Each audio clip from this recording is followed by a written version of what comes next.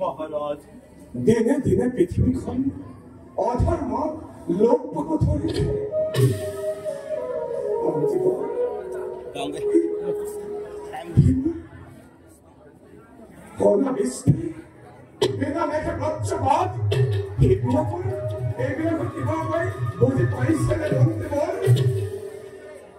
কথা মহারাজ স্বামীর ঘরে কেবল হাহাকার ধরি হরি করে পাঠাচ্ছে হরির মন্দিরের দহা নিজে নিজে বাজে চলেছে বিপদর আচ্ছন্ন রেখে দিচ্ছে মহারাজ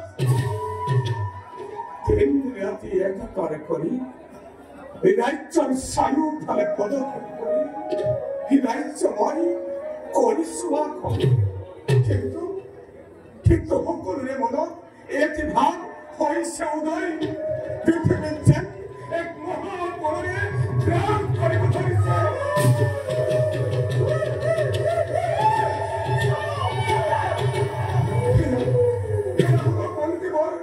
দিন দুপুরটা কেনে কই হিয়াল করে আরো ধরেছে হনুমন্ত বল হওয়া যাও মন্ত্রী বল ধর্ম চর্চার উপরত কেনেকৈ সপোনবোৰে বহি মঞ্চ পিণ্ড লৈ তৰাজুৰে কৰি ধৰ্ম মন্দিৰ একেবাৰে কলুষিত কৰিছে।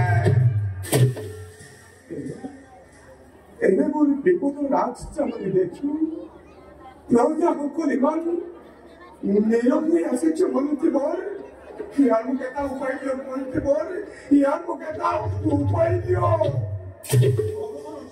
কৰাৰ বাহিৰে আৰ উপায় নাই মহাৰাজ। অমঙ্গল খণ্ডনেৰ বাবে মহাযজ্ঞ কৰাটো ভালো হলো মহাৰাজ।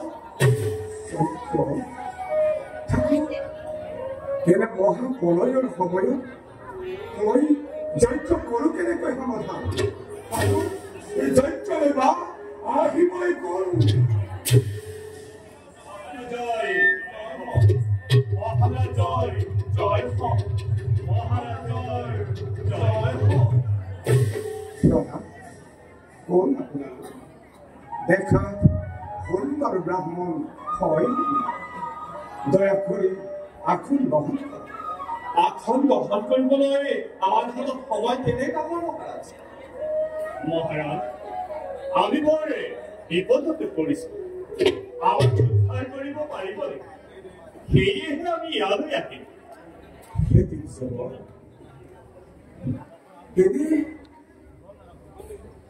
এনে মই নিশ্চয় দেখিবলৈ পাইছো। এনে অমংগল ৰাজজাননী দেখি মই একেবাৰে দীৰ্ঘমাৰা হৈ পৰিছো।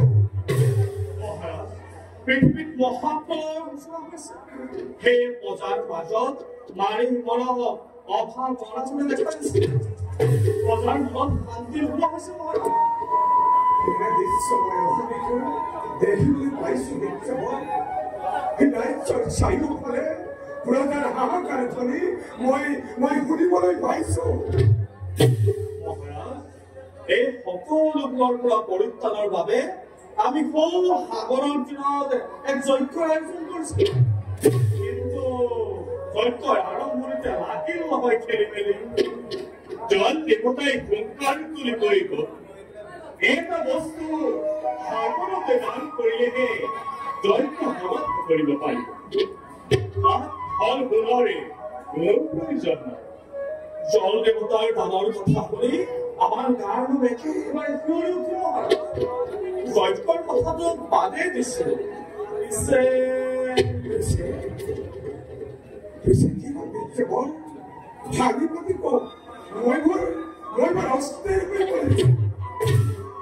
জন দেৱতা আছে সংকাৰ তুলি সত্যবাদী ৰজাইহে এই দান কৰিব পাৰিব। সেয়েহে আমি বিলম্ব নকৰি এই ঠাই পালো। আপোনালোকে যজ্ঞ আৰম্ভ কৰে। ৰাজ্যৰ ধন জনশিক্ষ বিভূতি যদি মোৰ নিজ প্ৰাণ দিব লাগে মই তাক দিবলৈ সদায় প্ৰস্তুত আছো। আমি জানো মহাৰাজ আপুনি এই পৃথিৱীৰ এজন মহান নাৰী পুৰুষ। আপুনি ধন সোণ ঐশ্বৰ্য বিভূতিৰ লগতে নিজ প্ৰাণ দিবলৈ কুণ্ঠাবোধ নকৰে। কিন্তু আমি যি দান মাগিম ইয়াৰ এটাতো নকৰে মহাৰাজ।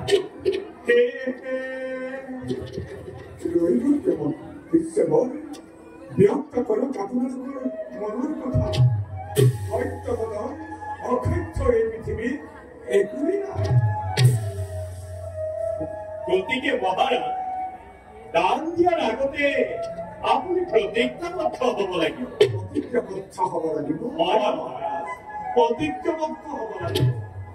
মহাৰাজ মন্ত্ৰীবৰ্গ কম মনসাধুৰীত নিজে নিজক আপুনি পাহৰি নাযাব।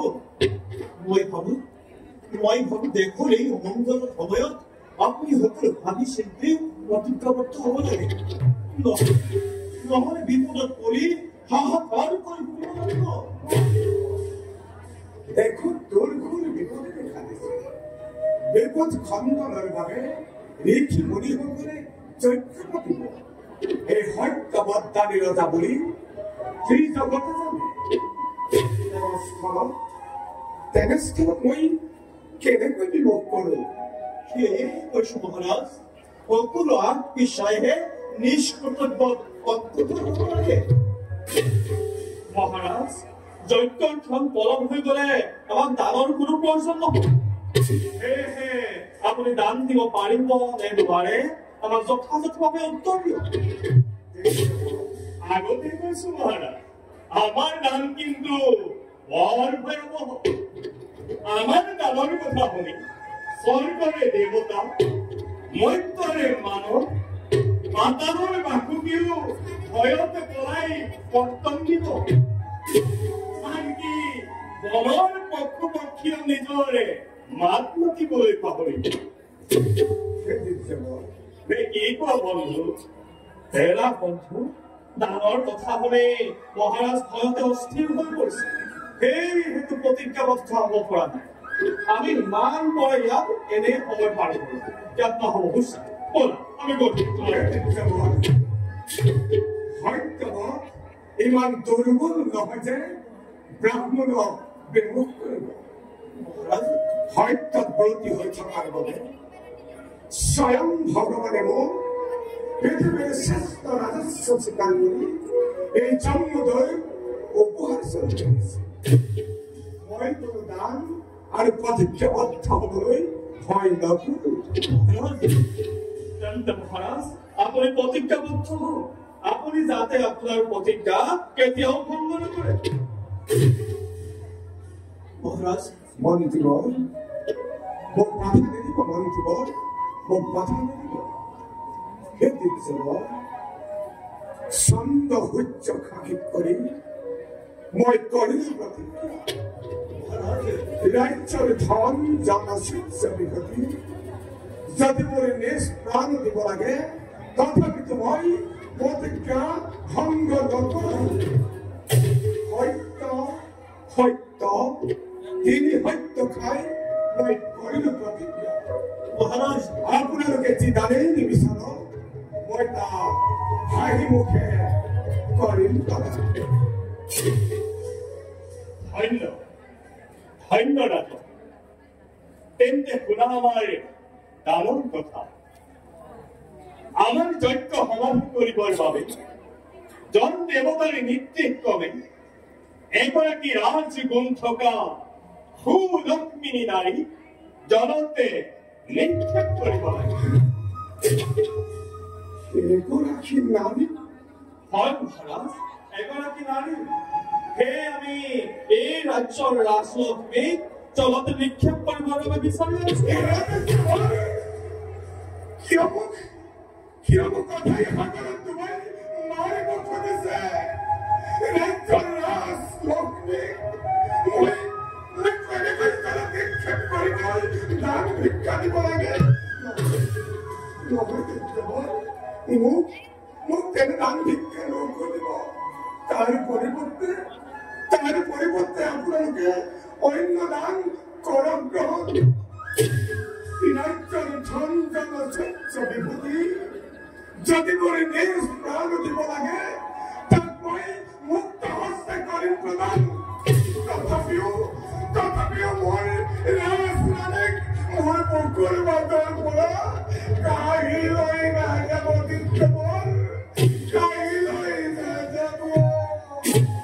মহাৰাজ আমাক অন্য দানৰ কোনো প্ৰয়োজন নাই মহাৰাজ আপুনি প্ৰতিজ্ঞাবদ্ধ গতিকে আপুনি নিজৰ প্ৰতিজ্ঞা হৈ ৰক্ষা কৰক নতু প্ৰতিজ্ঞা ভংগ কৰি আমাকে বিদায় দিয়ক মহাৰাজ মহাৰাজ মই আগতেই কৈছিলো নহয় সকলো ভাবি চিন্তিহে প্ৰতিজ্ঞাবদ্ধ হওক এই দুজন ব্ৰাহ্মণ নহয় কোনোবা দুদন্ত মায়া কৰি আপোনাক বিপদত পেলাব বিচাৰিছে আজিলৈকে মই এনে ডাঙৰ কথা কোৱাতে শুনা নাই মহাৰাজ গতিকে আৰু মহাৰাজ তুৰন্তে ইহঁতক বন্দী কৰি থওঁ মন্ত্ৰীবৰ উৎপ্ৰেজিত নহবা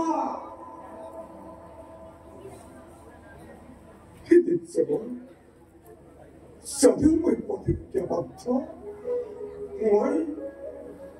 মই প্ৰতিজ্ঞাৰে দিলো ফেৰ হ'বলৈ নিদিওঁ মহাৰাজ মই প্ৰতিজ্ঞা ৰাখিম দেৱৰ, মই প্ৰতিজ্ঞা ৰাখিম। মন্ত্ৰীবৰ মহাৰাজ, আপুনি ৰাজধানীত ৰাজসভালৈ লৈ আহক। মহাৰাজ, মই কেনেকৈ ৰাজসভালৈ মাতি লৈ আনো? প্ৰশ্ন নকৰিব মন্ত্ৰীবৰ, প্ৰশ্ন নকৰিব। সত্যবাদৰ তুমি মহামন্ত্ৰী, ৰজাৰ আদেশ তুমি নতহিৰে পালন কৰিবই লাগিব। মন্ত্ৰীবৰ মহাৰাজ, দুখ নকৰিব মন্ত্ৰীবৰ, মহাৰাজ, দুখ নকৰিব। সত্যবাদৰ ভাগ্যৰ ছাত্ৰ আজি নিয়তি কৰালৈকে তুমি শ্ৰীমতী নহয়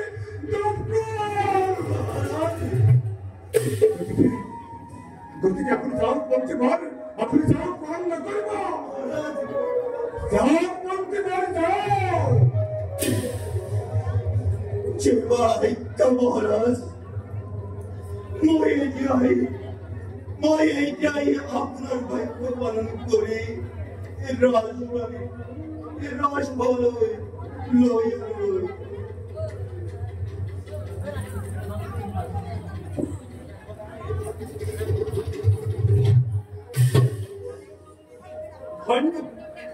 ধন্যবাদ আপনার এই দান পৃথিবীত চির যুগমীয়া হৈ থাকিব। পৃথিবীতে চন্দ্র সূর্য জীবন দিন থাকিব, তোমার এই দানে অবিরত ভাবে তিনি কলুকতে প্রসার হবে।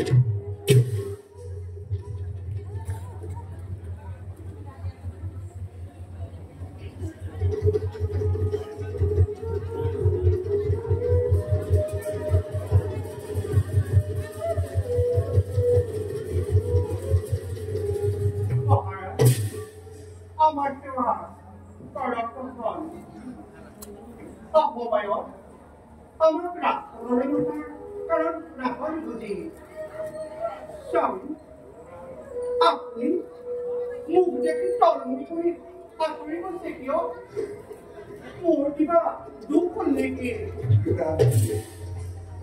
ও প্রদক্ষময়ী, জীবন ভরা মুখ হাতে ভস্ম করে।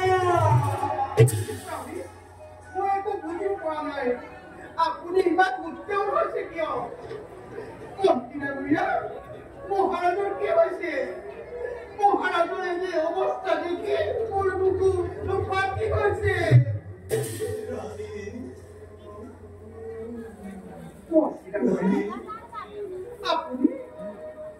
আপুনি নিশাত কিয়? আপোনালোকৰ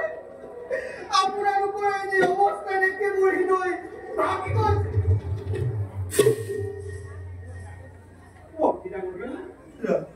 আৰু এই দুজন ব্ৰাহ্মণে কিয় অপেক্ষা কৰিছে? ৰামে পাৰ্থকী মই ৰাজ্যৰ ৰাজলক্ষ্মীক আজি মই বিসৰ্জন দিবলৈ ওলাইছো। যিমান পাৰা মোক শান্তি ভস্ম কৰা। আজি মই প্ৰতিজ্ঞাবদ্ধ। স্বামী, আপোনাৰ হৈছে কি স্বামী? ৰাণী, মহাৰাজে কথাটো কবলৈ টান পাইছে। মই কওঁ ৰজাৰ প্ৰতিজ্ঞা তোমাৰ ওপৰত। তুমি যদি ৰজাৰ প্ৰতিজ্ঞা ৰক্ষাত সহায় কৰিব পাৰা তেন্তে নিশ্চয় মহাৰাজ মহাপদে গ্ৰহণ কৰা হয়। মোৰ স্বামীকে সত্য দাবদ্ধ হ'ল, যাৰ বাবে প্ৰকাশ কৰিব পৰা নাই। ৰাজ্যৰ অচৈত্য বিভূতি সেইবোৰ একোৱেই নহয় ৰাণী। ৰাণী, পৃথিৱীতে শনিৰ কুপদৃষ্টি পৰিছে। পৃথিৱীত মহাপ্ৰলয় আৰম্ভ হ'ল। শনিৰ কুপদৃষ্টিৰ পৰা ৰক্ষা পাবৰ বাবে সাগৰৰে পাৰলৈকে মহাযজ্ঞ আৰম্ভ কৰিব খুজিছে। কিন্তু যজ্ঞ আৰম্ভ কৰাৰ আগতে জল দেৱতাই যি ঘোষণা কৰিলে সেই ঘোষণা শুনি যজ্ঞৰ কথা বাদেই দিব লগা উপায় নাপাই মহাৰাজৰ ওচৰত আমি দান ভিক্ষা কৰিবলৈ আপোনালোকে মহাযজ্ঞৰ বাবে কি দান ভিক্ষা মাৰিব লাগিলে যাৰ বাবে মোৰ স্বামী সত্যভাৱত হ'ব লগা হ'ল ব্যক্ত কৰক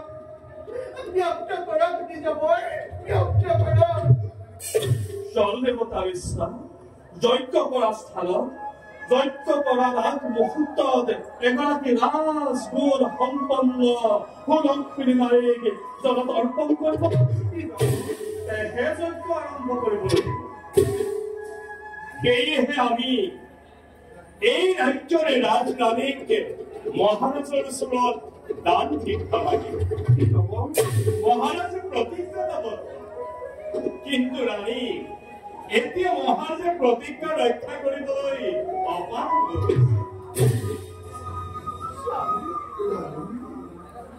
আপুনি প্ৰতিজ্ঞা কৰি মোক বিপৰ্যন দিবলৈ ওলাইছে আপোনাৰ প্ৰতিজ্ঞা ভংগ কৰি মই মহাপ্ৰতিজ্ঞ হ'বলৈ নিদিওঁছে আপুনি আপোনাৰ প্ৰতিজ্ঞা ৰাখিবই লাগিব তুমিও আজি মোৰ প্ৰতি ইমান নিষ্ঠুৰ হ'ব নোৱাৰিলে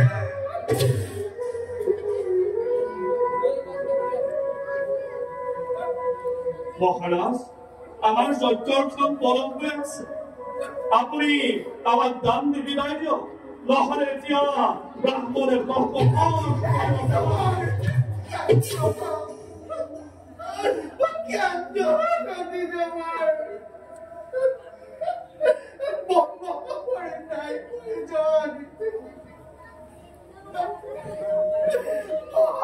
প্ৰতিজ্ঞাবদ্ধ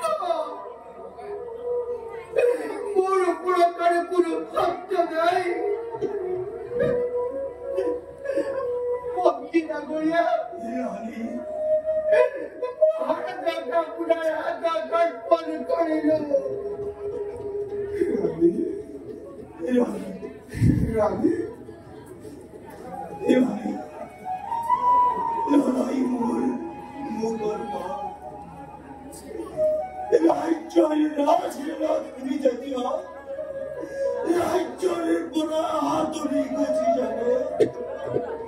নিশ্চয়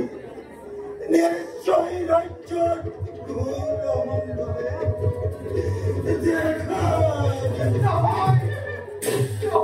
মন্ত্ৰী ডাঙৰীয়া অমংগল নহয় ৰাজ্যলৈ মংগল ঘূৰি আহিব মহাৰাজক মই আপোনাৰ হাতত কৰিলো ৰাণী মহাৰাজ আমাৰ লগত যাব লাগে ফুল চন্দনেৰে সজাই পৰাই নিজ হাতেৰে জলত অৰ্পণ কৰিব লাগে আমি কেৱল মন্ত্ৰপাঠহে কৰিম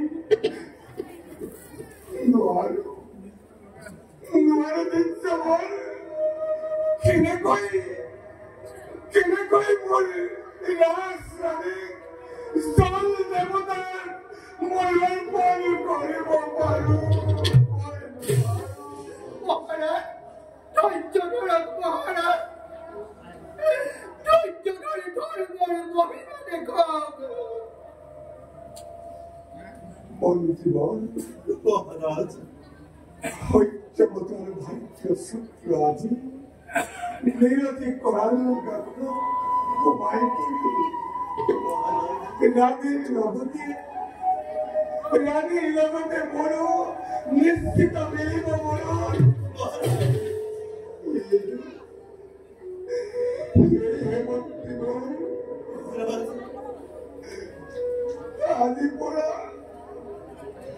আজিৰ পৰা আপোনাৰ ৰাজ্যভাৰ মই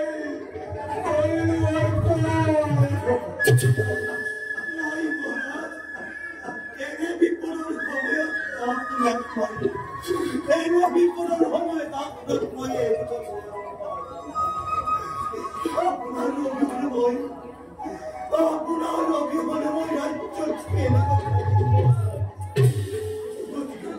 গতিকে আপোনাৰ লগত মই যাম মহাৰাজ, মই যাম আপোনাৰ লগত মহাৰাজ। মহারাজ, আমার সবাই অতীত হয়ে আছে, গতিকে যাত্রা আরম্ভ করিব।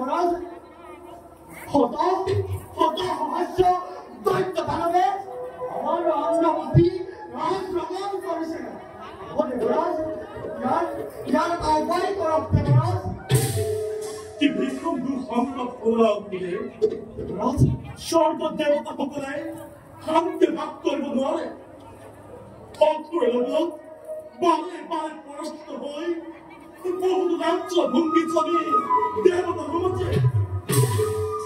এইগুলি দেবরাজ বিনাযুদ্ধে আপনার সাম্রাজ্য এইটা দেখো, আপনি শিখতে এই যুদ্ধ করে করো। দেবতা রয়েছে সময় না, ঠকুর দেবতা সমাজ যুদ্ধ কারণে হাতুয়া পরাস্তমে জয় ছয় বিজয় বঙ্কারে পাঁচি উত্তর নদীরা ফলক পান। জয় দেবরাজেন্দ্র, জয় দেবরাজেন্দ্র, জয় দেবরাজেন্দ্র।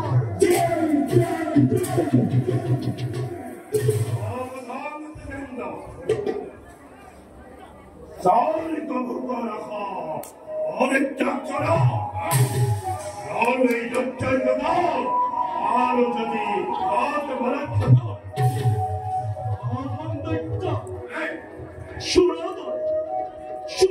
অমরাবতী আক্রমণ প্রাপ্তি বোধ পানি পাতে পাতে আত্মযুদ্ধ সামর্থ্য গোল যুদ্ধ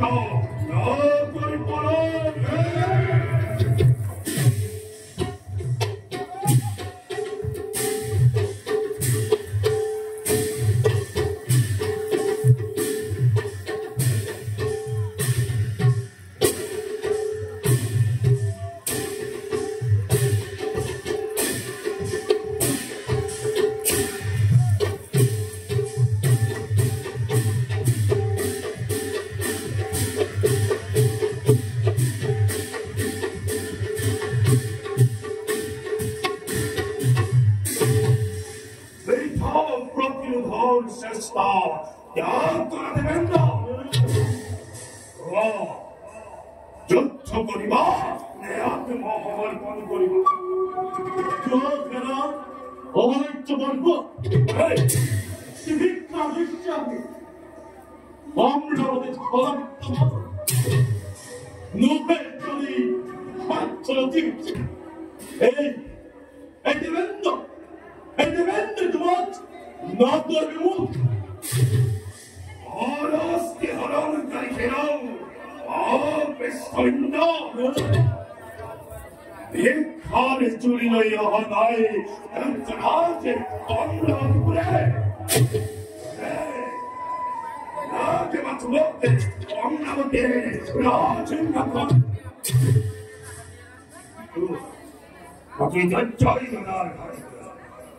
আমি চমকপুরে